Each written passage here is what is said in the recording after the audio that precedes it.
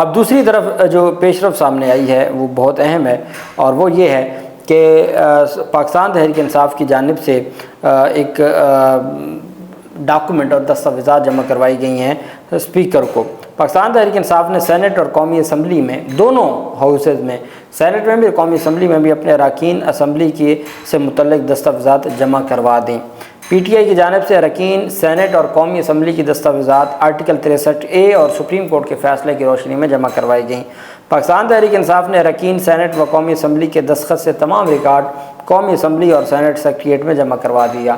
پاکستان تحریک انصاف کا کوئی بھی رکن آئینی ترمیم کے حق میں ووٹ نہیں دے گا، اور پی ٹی آئی کے رکن قومی اسمبلی یا سینیٹر کے فلور کراسنگ کی صورت میں ووٹ شمار نہ کیا جائے، یہ درخواست دی گئی ہے دستاویز میں۔ اب یہ دستاویزات اس وجہ سے جمع کروائی گئی ہیں کہ پاکستان تحریک انصاف کی جانب سے کوئی ایمبیگوٹی نہ بچے کہ آپ نے انفارم نہیں کیا تھا، یا آپ کی جو پارلیمانی پارٹی ہے اس کی جانب سے انفارم نہیں کیا گیا تھا۔ زرتاج گل قومی اسمبلی میں جو سنی اتحاد کونسل تھی، چونکہ انہی کو سپریم کورٹ نے پی ٹی آئی ڈکلیئر کر دیا، تو وہ پی ٹی آئی کی پارلیمانی لیڈر ہیں، اور سینٹ میں بیرسٹر علی ظفر۔ دستاویز میں کہا گیا ہے کہ پی ٹی آئی کے تمام سینیٹرز نے تحریری طور پر آئینی ترمیم بل کے حق میں ووٹ کاسٹ نہ کرنے کی یقین دہانی کروا دی ہے۔ تحریری طور پر پی ٹی آئی کے تمام ایم این ایز نے اور سینیٹرز نے قومی اسمبلی اور سینٹ اجلاس کے حوالے سے پاکستان تحریک انصاف کی رہنماؤں کی ملاقات ہوئی ہے، چیئرمین سینٹ کے ساتھ بھی اور اسپیکر کے ساتھ بھی، اور انہوں نے اپنی تفصیلات اور اپنی دستاویزات جمع کروا دی ہیں، اور اب ان تمام چیزوں کو مد نظر رکھتے ہوئے اب کوئی امید باقی نہیں رہ جاتی کہ ان کے منحرف ہونے پر ان کا ووٹ شمار کیا جا سکتا ہے، چونکہ اس وقت تک سپریم کورٹ کا فیصلہ برقرار ہے۔ جبکہ پاکستان پیپلز پارٹی نے اپنے سینیٹرز اور ایم این ایز کو پارٹی ہدایات کے مطابق ووٹ دینے کا حکم دے دیا ہے۔ یہ اسپیکر قومی اسمبلی کی چیمبر میں ملاقات ہوئی ہے، اور اس میں موجود تھے شہباز شریف بھی اور خورشید شاہ بھی۔ پھر ایک جوائنٹ لیٹر جاری کیا گیا، اور اس میں کہا گیا کہ جی نیر بخاری نے جاری کیا ان کی جانب سے، پیپلز پارٹی کی جانب سے، اور عرفان صدیقی نے نون لیگ کی جانب سے جاری کیا۔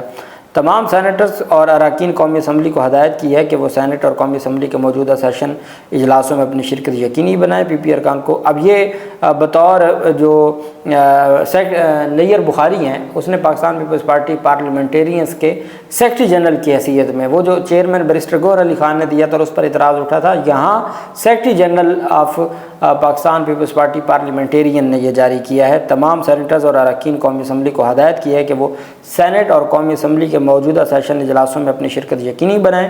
پی پی ارکان کو یہ ہدایت بھی کی گئی ہے کہ وہ سینٹ اور قومی اسمبلی میں پارٹی قیادت کی ہدایت کے مطابق کسی بھی قانون سازی یا بل کو ووٹ دیں، اور یہ نیر بخاری کے دستخطوں سے اور دوسری طرف عرفان صدیقی کے دستخطوں سے ڈاکومنٹ جاری کیا گیا ہے۔ علی ظفر صاحب جو بیرسٹر علی ظفر صاحب جو پارلیمانی لیڈر ہیں سینٹ میں پاکستان تحریک انصاف کے، ان کی جانب سے بڑی ڈیٹیل گفتگو کی گئی ہے۔ علی ظفر صاحب نے کہا کہ سپریم کورٹ کے فیصلے کے بعد ایوان میں نمبروں کا کھیل ختم ہو گیا ہے، فیصلے پر عمل نہ ہوا تو نتائج بھگتنا پڑیں گے۔ پی ٹی آئی رہنما نے کہا کہ جب ووٹ گنے ہی نہیں جائیں گے تو پھر 2/3 اکثریت ان کو کبھی نہیں ملے گی۔ سپریم کورٹ نے کہا کہ فیصلے پر عمل درآمد نہ ہوا تو اس کے نتائج بھگتنا پڑیں گے۔ ریویو فائل کرنے سے سپریم کورٹ کا آرڈر معطل نہیں ہو سکتا۔ علی ظفر کا کہنا تھا کہ سنی اتحاد کی لسٹ میں جتنے بھی لوگ ہیں وہ اب پاکستان تحریک انصاف کے سمجھے جائیں گے۔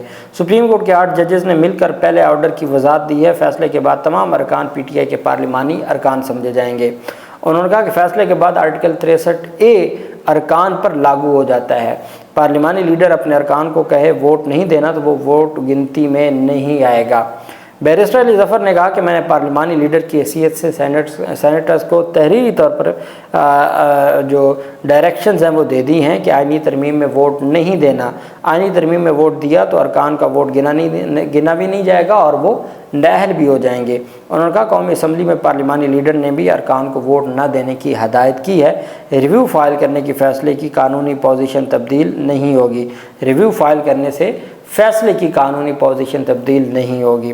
جبکہ سلمان اکرم راجہ صاحب کی جانب سے بہت اہم مدلل گفتگو کی گئی ہے آئینی ترمیم سے، جو ممکنہ آئینی ترمیم ہے اور جس طریقے سے حکومت کو کارروائی کرنا چاہتی ہے یا حکومت کچھ معاملات کرنا چاہتی ہے، تو سلمان اکرم راجہ صاحب آپ جانتے ہیں کہ ہمیشہ ان کا ایک دبنگ سٹیٹمنٹ ہوتی ہے۔ سلمان اکرم راجہ کا کہنا ہے کہ نہیں لگتا کہ مولانا فضل الرحمان سے متعلق حکومتی خواہش پوری ہوگی۔ سلمان اکرم راجہ نے کہا کہ عام طور پر سپریم کورٹ کے فیصلے پر وضاحت نہیں مانگی جاتی، لیکن الیکشن کمیشن نے 3 سے 4 ہفتے پہلے وضاحت مانگی، جس کا ہم نے جواب دیا۔ الیکشن کمیشن کی درخواست اور ہمارا جواب دیکھ کر فیصلہ دیا گیا ہے، وضاحت دی گئی ہے۔ سپریم کورٹ کا جو فیصلہ ہے اس میں کوئی تعجب کی بات نہیں ہے، وقت کی اہمیت نہیں، کیا وضاحتی فیصلہ آئینی ترمیم کے بعد آتا۔ سلمان اکرم راجہ نے کہا کہ گزشتہ ہفتے عدالت کا نیا سال شروع ہوا ہے، ججز آپس میں ملے ہوں گے، ایک صورتحال پیدا ہو گئی اور نظر آ رہا تھا کہ حکومت غلط قدم اٹھا رہی ہے۔ جب غلط قدم اٹھایا جا رہا ہو تو کیوں سپریم کورٹ اپنی وضاحت نہ دے؟